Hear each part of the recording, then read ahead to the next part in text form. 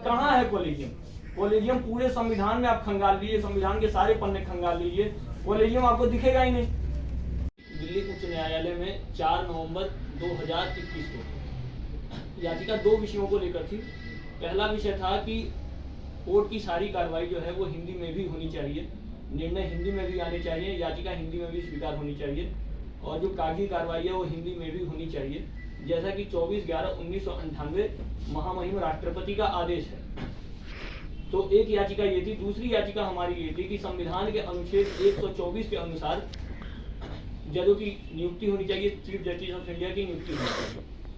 इसको लेके एक आरटीआई डाली गई थी, जिस आरटीआई को भी हमने साक्ष्य के रूप में अपनी याचिका में लगाया था। आरटीआई में हमने राष्ट्रपति सचिवालय से ये प्रश्न पूछा था कि राष्ट्रपति ने परामर्श लेने हेतु किन किन जजों की नियुक्ति की, हाई कोर्ट के किन किन जजों की नियुक्ति की, सुप्रीम कोर्ट के किन किन जजों की नियुक्ति की, और इन जजों ने किन किन नामों का सुझाव दिया। तो राष्ट्रपति सचिवालय से यह उत्तर आया कि नो रिकॉर्ड्स अवेलेबल, हमारे पास ऐसा कोई रिकॉर्ड अवेलेबल नहीं है। तो हमने यही कहा कि जब कोई रिकॉर्ड ही अवेलेबल नहीं है तो ये जो चीफ जस्टिस ऑफ इंडिया के रूप में जो बैठे हुए हैं XYZ जो भी पर्सन है, ये लोग कौन से हैं। जब कोई रिकॉर्ड ही अवेलेबल नहीं है तो ये लोग कौन है जिनको चीफ जस्टिस ऑफ इंडिया के रूप में देश जान रहा है। ऐसे तो मैं भी चीफ जस्टिस ऑफ इंडिया हो गया, क्योंकि आप संविधान पे शपथ लेके चीफ जस्टिस ऑफ इंडिया बन रहे हैं।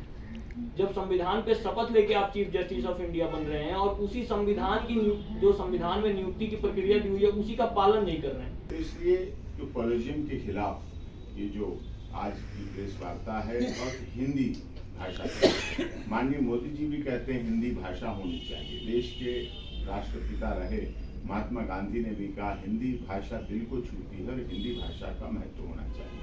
तो हिंदी भाषा में आदेशों के बावजूद भी कार्य नहीं हो पा रहे हैं।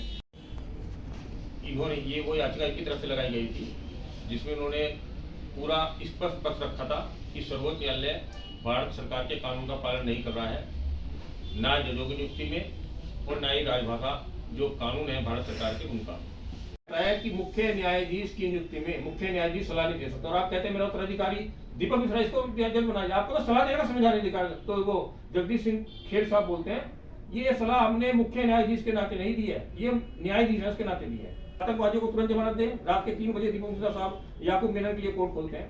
कॉलेजियम के खिलाफ काफी मुखर हुए हैं और उन्होंने कहा है कि कॉलेजियम का कहीं भी संविधान में उल्लेख नहीं है और ऐसी असंवैधानिक व्यवस्था को कॉलेजियम को चलाना ये शोभा नहीं देता जजों को।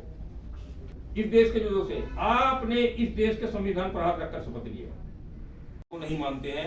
सुप्रीम कोर्ट की रजिस्ट्री का 100% काम, क्योंकि वो हिंदी भाषी क्या क्षेत्र में है, हिंदी में करने का आदेश दिया गया है, 0% काम हिंदी में करते हैं। चल रही और देश की महामहिम राष्ट्रपति जी ने भी कहा, देश के माननीय प्रधानमंत्री जी मोदी जी ने भी कहा भाषा होनी चाहिए ऐसी जो सर्वसुलभ वो भाषा हिंदी है जो समझ में आ सके, लोग अपनी बात अपने वकील से कह सकें और अपनी बात को सामने सुन सकें, अदालत की कार्रवाई को सुन सकें। हिंदी भाषा को लेके जो हमारा ये आंदोलन है पूरी तरह से सही है और इसको अब माननीय सर्वोच्च न्यायालय को भी देश के तमाम लेवल हाई कोर्ट्स में लागू करके इसको करना चाहिए, जिससे ये हमारे हिंदुस्तान में बदलाव है।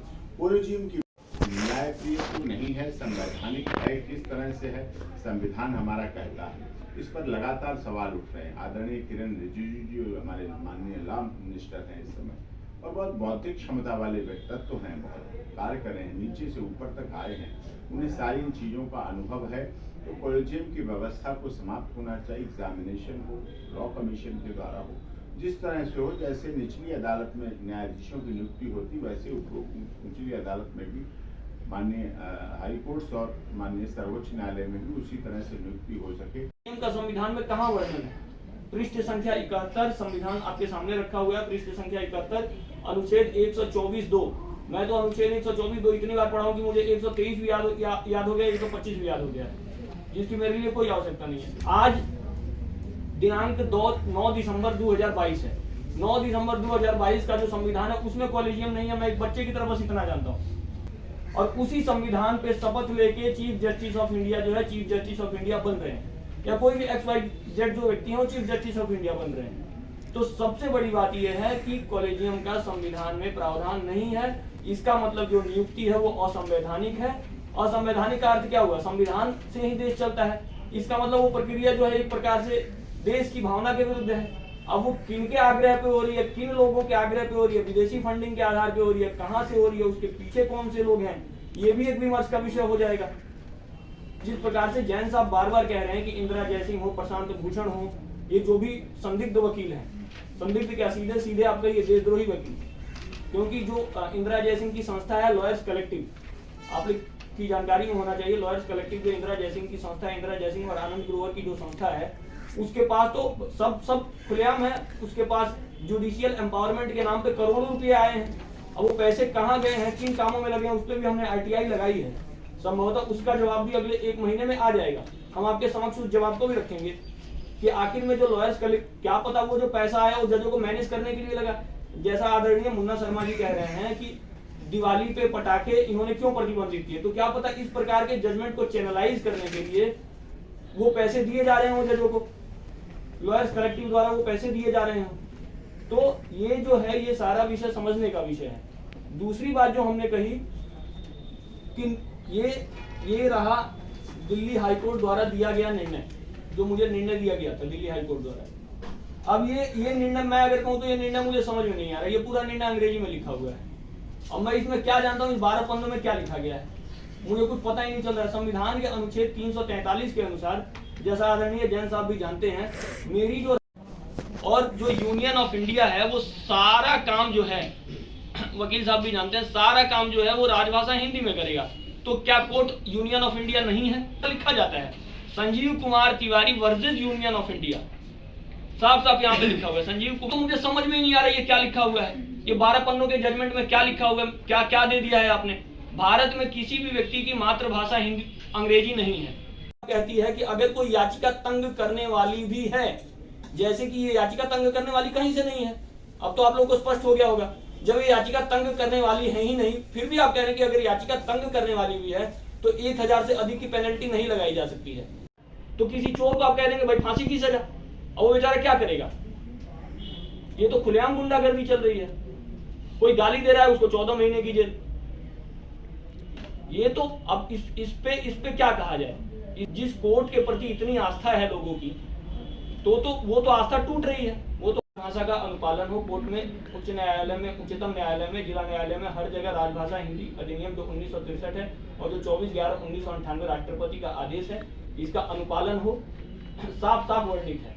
अगर मातृभाषा का विषय भी अगर आप ये कह रहे हैं कि हिंदी उत्तर से दक्षिण, पूरब से पश्चिम पूरा स्वीकार्य नहीं, अगर आप ये उत्तर भी गढ़ रहे हैं, तो अगर कोई तमिल भाषी याचिका करता है तो उसको तमिल में दीजिए, अगर कोई गुजराती भाषी है तो उसको गुजराती में दीजिए। इसकी व्यवस्था आप डेवलप कीजिए, ये आपका काम है। ये 24/11/1998 साफ साफ राष्ट्रपति ने कहा है कि इस प्रकार के सिस्टम को डेवलप किया जाए, इस पर काम किया जाए। क्या अब तक क्या काम हुआ है? मातृभाषा पे गुजराती में निर्णय देने को लेकर, तमिल में निर्णय देने को लेकर, कन्नड़ में निर्णय देने को लेकर, मिथिला में निर्णय देने को लेकर, इस पर क्या काम हुआ है? तो पता चलेगा सुप्रीम कोर्ट और हाई कोर्ट में इस पर अभी तक कोई काम नहीं हुआ है।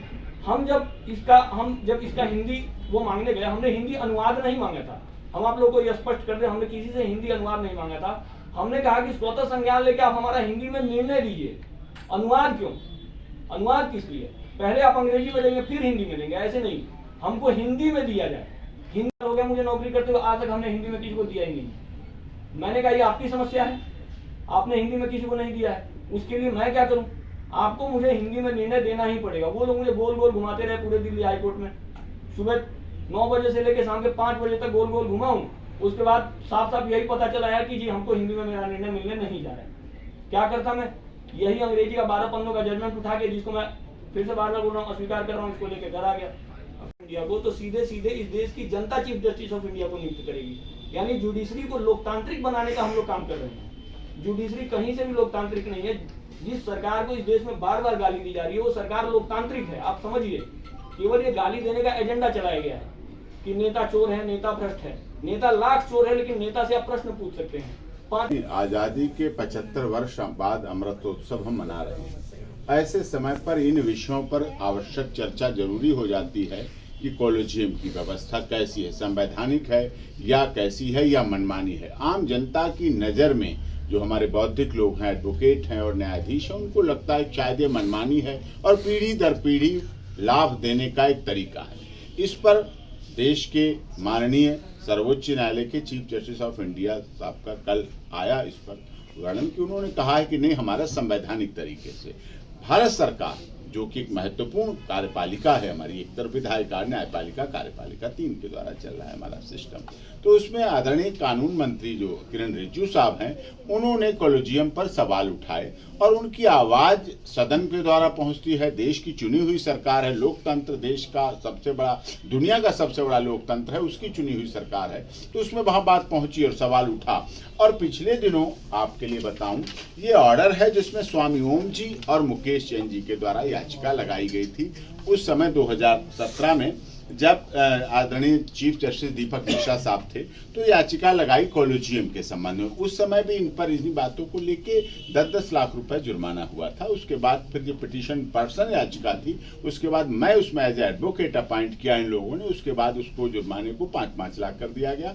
और अभी इस सप्ताह में ही इस ऑर्डर को आदरणीय चीफ जस्टिस साहब ने ही दरिया दिल्ली दिखा के डीवाई चंद्रचूड़ साहब और दूसरे कंपेनियन जजेस ने इसमें जुर्माना भी खत्म किया, सारी प्रोसीडिंग खत्म की, सारी चीजों को क्लोज कर दिया। अब कोई प्रोसीडिंग नहीं होगी। चाह रही है कि संविधान में अगर है कॉलेजियम तो कहाँ है ये बताया जाए, और अगर नहीं है तो उसके बारे में भारत सरकार और देश के मान राष्ट्रपति जी, क्योंकि 3 विषय थे, चीफ जस्टिस साहब का वर्जन आ गया है, अब इसमें 2 लोगों का रह गया है कि वो इसमें बताएं कि कहां इसकी वैधता रह जाती है कॉलेजियम के। इस पर सवाल उठ रहे हैं और वो क्लैरिफिकेशन होना चाहिए। माननीय मोदी जी की सरकार ने पिछले दिनों बहुत से बेकार कानून खत्म किए, नए कानून बनाए गए, सदन चली, राज्यसभा लोकसभा रातों रात चली है और नई चीजें आई हैं। कुछ कानून बने, किसान बिल बना, फिर उसके बाद वापस भी लिया देश के माननीय प्रधानमंत्री। तो इस तरह से कोई कॉन्फ्लिक्ट नहीं रहना चाहिए, कोई इसमें स्पष्टीकरण,